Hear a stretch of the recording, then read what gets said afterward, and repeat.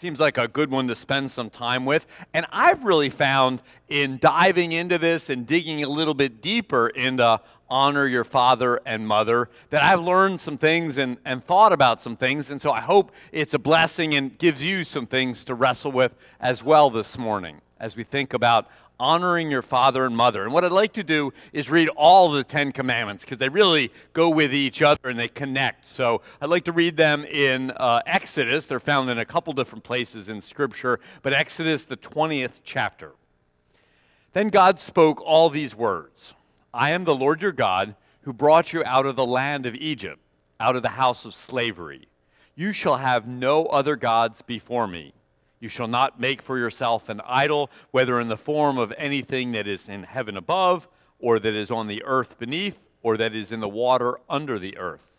You shall not bow down to them or worship them, for I, the Lord your God, am a jealous God, punishing children for the iniquity of parents to the third and fourth generation to those who reject me, but showing steadfast love to the thousandth generation of those who love me and keep my commandments.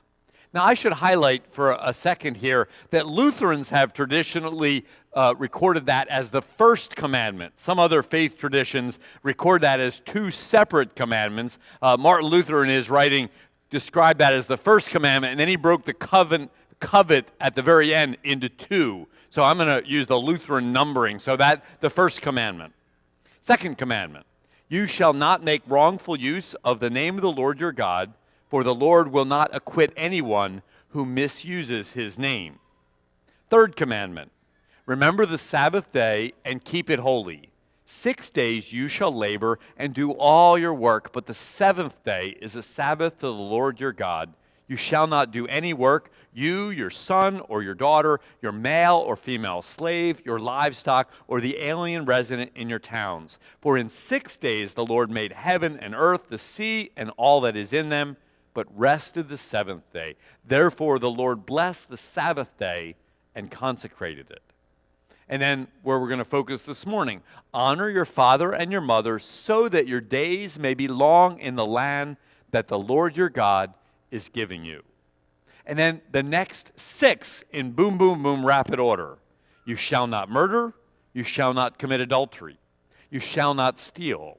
You shall not bear false witness against your neighbor. You shall not covet your neighbor's house. You shall not covet your neighbor's wife or male or female slave or ox or donkey or anything that belongs to your neighbor.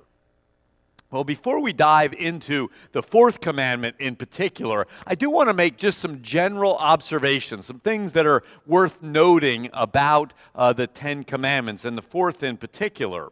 So the first of those, and maybe the most important, is that the first commandment is the one that all the rest hang on. It is the most important, describes our relationship and our connection with God that we have.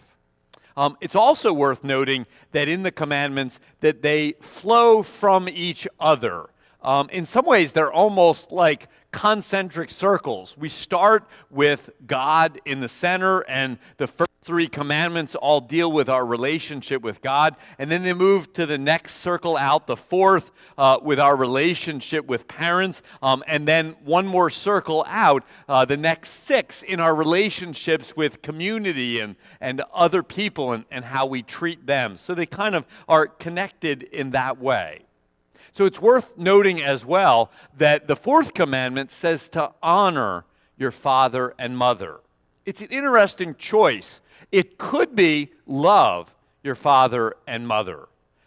For some reason, and we're going to dive into this a little bit and maybe see why, it could have said love. We hear in Scripture to love God with all our heart, soul, strength, and mind. Love our neighbor as ourselves. But the commandment focuses more on honor, respect, than in love.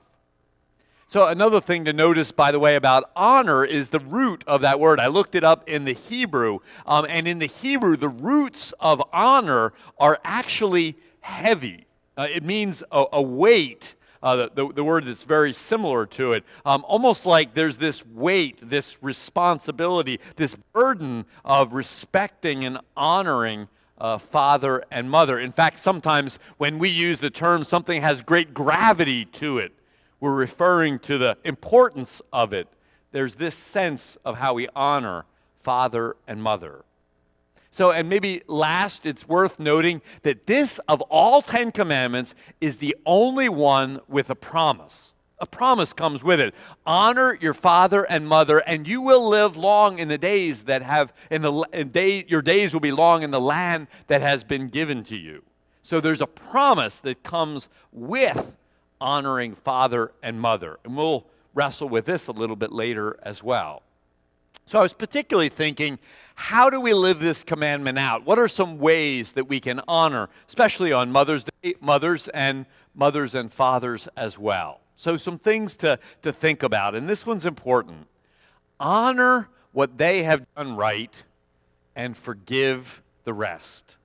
And that's a hard thing to do sometimes. I thought about this and learned this many years ago. I was having a conversation with some distant family members who really didn't grow up in a faith background, and they were trying to get connected with faith, but this commandment was a real challenge for the guy because he had grown up in a pretty abusive, manipulative household. And his parents had done a lot of difficult things to him in his lifetime. And so this commandment, how is he supposed to become a person of faith when the fourth commandment says, honor your father and mother? But they decided to try a church anyway, and they said they saw it as a sign from God that they happened to visit a church and the pastor was preaching on the 10 commandments. And he happened on the first time they visited there to be preaching on this commandment. And the pastor noted what I've just shared, that if your mother or your father have done things that are not honorable, they don't deserve your honor. But the things that they have should be honored, and let the rest go. Because we don't want to carry that stuff around with us. As I had highlighted in a message a couple of weeks ago, if we carry around unforgiveness, whether for family or others, that's the seeds of destruction and hurt in our own lives. So honor what they've done well, and then let the rest go. Because the truth is that any of us, whether you're older and your parents have been gone for years and you can still remember things that they did that were hurtful, or if you're a teenager sitting here down the pew from your parents and there are frustrations that you have, the truth is all of us can think of things that our parents did wrong and things that our parents have done that deserve honor. And for those of you who are younger and aren't yet in this place, I can declare, and I know those who are parents as well, you want to do your very best as a parent, and you often do not. You want to be honorable, and sometimes your behavior is not. But we do our best. So honor what is honorable and let the rest go. So since this is Mother's Day, I thought I would tell one story about my mom, and I'm going to be judicious here because my mom often listens to my sermons. So I'll just tell you this little story.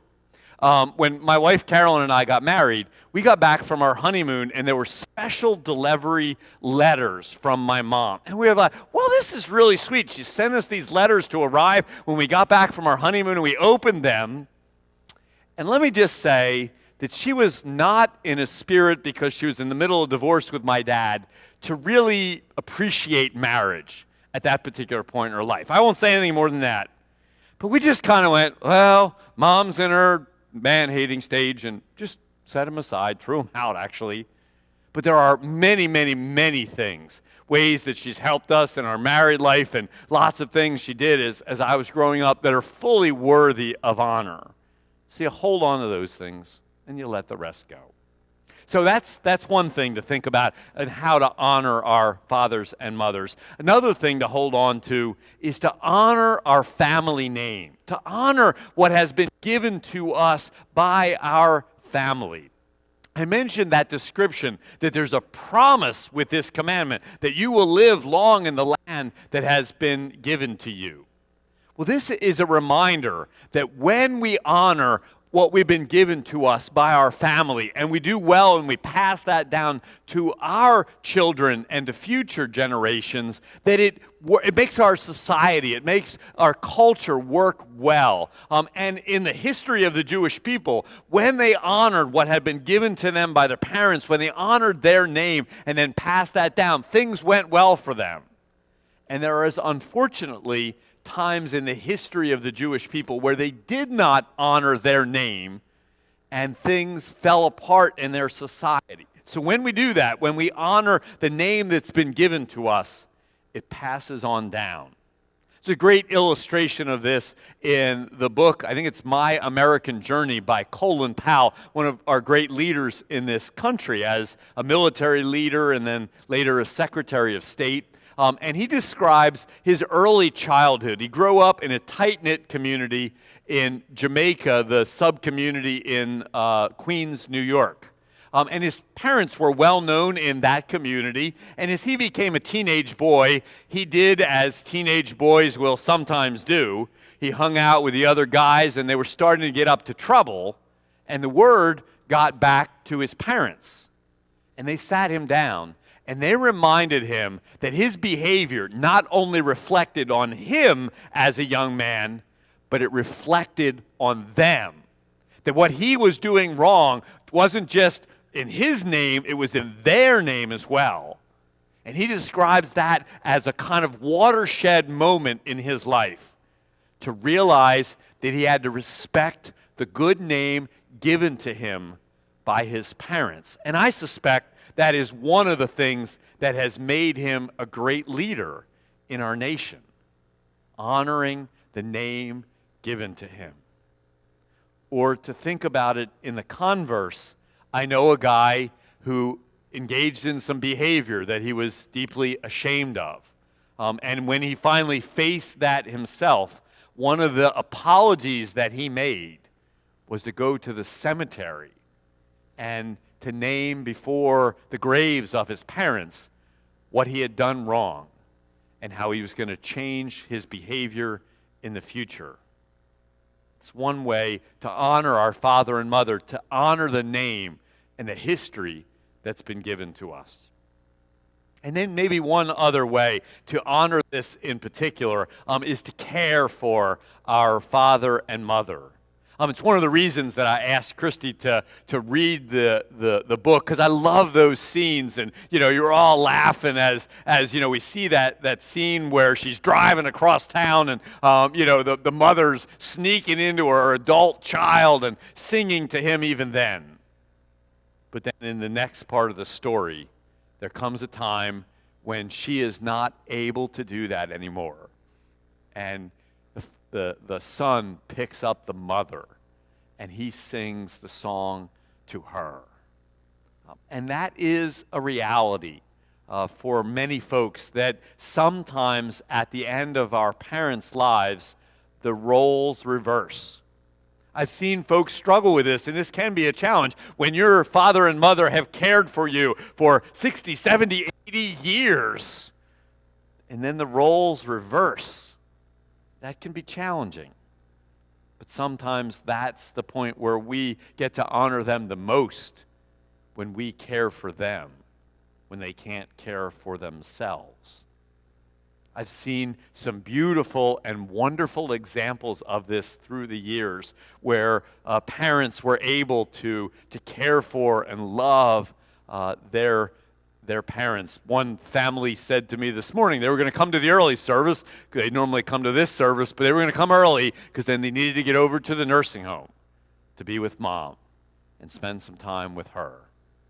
And I heard a guy give a wonderful testimony a little while back that even though his relationship with his mom was very difficult when he was younger, as he grew as a person of faith, one of the things he had to do was to care for her, and how that changed their relationship.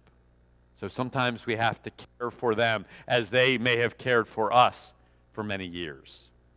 Well, let me end by just kind of repeating this one idea that I shared before of how there's the connection between these commandments.